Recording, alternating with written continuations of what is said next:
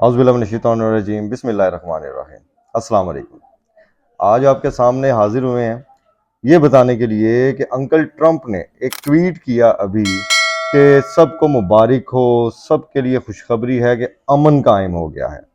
ਇਹਦੇ ਤੋਂ ਇੱਕ ਮਿਸਾਲ ਯਾਦ ਆ ਗਈ। ਉਸ ਤੋਂ ਬਾਅਦ ਤੁਹਾਨੂੰ ਇੱਕ ਲਤੀਫਾ ਸੁਣਾਵਾਂਗੇ ਅੱਜ ਕਿ ਮਿਸਾਲ ਇਹ ਵੇ ਕਿ ਥੱਲੇ ਪਏ ਦਾ ਉੱਤੇ ਪੈਰ। ਜਦੋਂ ਬੰਦਾ ਥੱਲੇ ਲੰਮਾ ਪੈ ਜਾਂਦਾ ਹੈ, ਕੁੱਟ ਪੈਣੀ ਸ਼ੁਰੂ ਹੋ ਜਾਂਦੀ ਹੈ ਨਾ, ਤੇ ਫਿਰ ਆਪਣਾ ਪੈਰ ਉੱਤੇ ਰੱਖਣਾ ਸ਼ੁਰੂ ਕਰ ਦਿੰਦਾ ਹੈ। ਹੁਣ ਗੁਜ਼ਾਰਿਸ਼ ਇਹ ਵੇ ਕਿ ਤੁਹਾਨੂੰ ਅੱਜ ਲਤੀਫਾ ਸੁਣਾਉਂਦੇ ਆ। ਇੱਕ ਬੜਾ ਵੱਡਾ ਚੌਧਰੀ ਸੀ ਔਰ ਬੜਾ ਇੱਕ ਅਮੀਰੋ ਕਬੀਰ ਆਦਮੀ ਸੀ, ਬੜਾ ਲੈਂਡਲਾਰਡ ਸੀ, ਤੇ ਉਹਦੇ ਨਾਲ ਦੋ ਪੁੱਤਰ ਸਨ। ਉਹ ਦੋ ਪੁੱਤਰ ਬੜੇ ਹੀ ਕੋਈ ਕਮੀਨੇ ਜੇ ਸਨ, ਕੋਈ ਨਹੀਂ ਸਨ ਮੰਨਦੇ ਪਿਓ ਦੀ, ਜ਼ਰਾ ਜੀ ਵੀ ਨਹੀਂ ਸਨ ਮੰਨਦੇ। ਪਿਓ ਅਗਰ ਕੋਈ ਸਮਝਾਉਂਦਾ ਵੀ ਸੀ ਤੇ ਕੋ ਨਾ ਸਮਝਦੇ। ਉਹ ਜਿਹੜੇ ਦੋਨੋਂ ਪੁੱਤਰ ਸਨ ਨਾ, ਪਹਿਲੇ ਇੱਕ ਨੇ ਪੰਗਾ ਲੈ ਲਿਆ ਪਾਕਿਸਤਾਨ ਦੇ ਨਾਲ। ਉਹ ਜਦੋਂ ਪੰਗਾ ਲੈ ਲਿਆ ਤੇ ਉਹਨੂੰ ਪਾਕਿਸਤਾਨੀਆਂ ਔਰ ਪਾਕਿਸਤਾਨ ਦੀ ਆਮ ਫੌਜ ਨੇ ਉਹ ਭੋਂ ਮਾਰਿਆ, ਇਦਾਂ ਘੁਮਾ ਮਾਰਿਆ ਕਿ ਫਿਰ ਅੱਬਾ ਜੀ ਛਾਲ ਮਾਰ ਕੇ ਵਿੱਚ ਆਏ ਤੇ ਉਹਨਾਂ ਟਵੀਟ ਕੱਢ ਮਾਰਿਆ ਤੇ ਆਖਿਆ ਕਿ ਲਓ ਜੀ ਬੰਦ ਕਰੋ, ਜੰਗ ਖਤਮ ਹੋ ਗਈ ਤੇ ਸੁਲ੍ਹਾ ਹੋ ਗਈ। ਹੁਣ ਜਿਹੜਾ ਦੂਜਾ ਪੁੱਤ ਸੀ ਉਹ ਨੁਕਰੇ ਲੱਗਾ ਸੀ ਇਸਰਾਈਲ। ਉਸ ਕੀ ਕੀਤਾ, ਉਸ ਪੰਗਾ ਲੈ ਲਿਆ ਈਰਾਨ ਨਾਲ।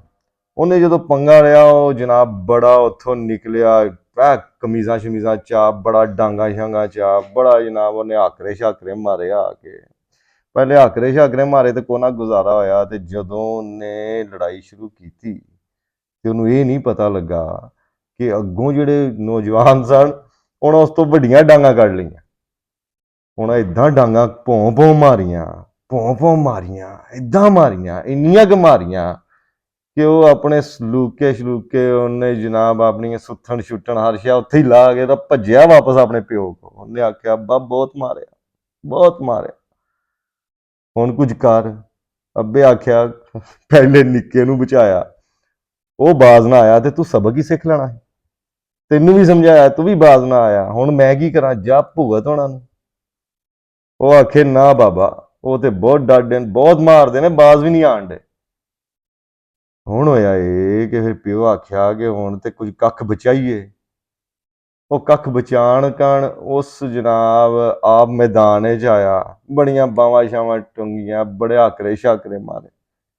ਉਹ ਜਦੋਂ ਮਾਰੇ ਤੇ ਅੱਗੋਂ ਜਦੋਂ ਪਿਓ ਨੂੰ ਡਾਂਗਾ ਪਈਆਂ ਤੇ ਉਸ ਜਾ ਫਿਰ ਟਵੀਟ ਤੇ ਚੜਿਆ ਤੇ ਉਸ ਆਖਿਆ ਕਿ ਜੰਗ ਬੰਦ ਹੋ ਗਈ ਜੇ, ਸੁਲ੍ਹਾ ਹੋ ਗਈ, ਮਾਫੀ ਹੋ ਗਈ। ਹੁਣ ਆਦਾ ਹੈ ਕਿ 12 ਘੰਟੇ ਦੀ ਜਨਾਬ ਡੈਡਲਾਈਨ ਹੈ ਤੇ ਪਹਿਲੇ ਜਨਾਬ ਜਿਹੜਾ ਈਰਾਨ ਜੰਗਬੰਦੀ ਕਰੇ, ਫਿਰ ਮੇਰਾ ਨਿੱਕਾ ਪੁੱਤਰ ਵੀ ਕਰ ਲਏਗਾ। ਹੁਣ ਗੁਜ਼ਾਰਿਸ਼ ਇਹ ਵੇ ਕਿ ਉਹ ਜਿਹੜੀ ਮੈਂ ਪਹਿਲੇ ਤੁਹਾਨੂੰ ਮਿਸਾਲ ਸੁਣਾਈ ਹੈ ਨਾ ਸ਼ੁਰੂ 'ਚ, ਕਿ ਥੱਲੇ ਪਏ ਦੇ ਉੱਤੇ ਪੈਰ, ਉਹ ਇਹ ਚਾਹੁੰਦਾ ਕਿ ਹੁਣ ਇੱਜ਼ਤ ਬਚ ਜਾਏ ਤੇ ਹੁਣ ਫਿਰ ਟਵੀਟ ਕਰਨ ਡਿਆ, ਆਖਣ ਡਿਆ ਕਿ ਭਾਈ ਗੋਡ ਬਲੈਸ ਯੂ ਈਰਾਨ, ਤੇ ਅੱਲਾ ਤੇਰਾ ਵੀ ਭਲਾ ਕਰੇ, ਅੱਲਾ ਸਾਡਾ ਵੀ ਭਲਾ ਕਰੇ, ਅੱਲਾ ਇਸਰਾਈਲ ਦਾ ਵੀ ਭਲਾ ਕਰੇ। ਤੇ ਬਈ ਭਲੇ ਵਾਲੀ ਗੱਲ ਹੁਣ ਕੋਈ ਨਹੀਂ। ਹੁਣ ਤੇ ਜਿਸ ਆਣਾ ਹੈ ਨਾ ਉਸ कुछ सोच के ही आना, समझ गए हो। अल्लाह पाक आप सबका हामी और नासिर हो। पाकिस्तान पाइंदाबाद। अल्लाह हाफिज़।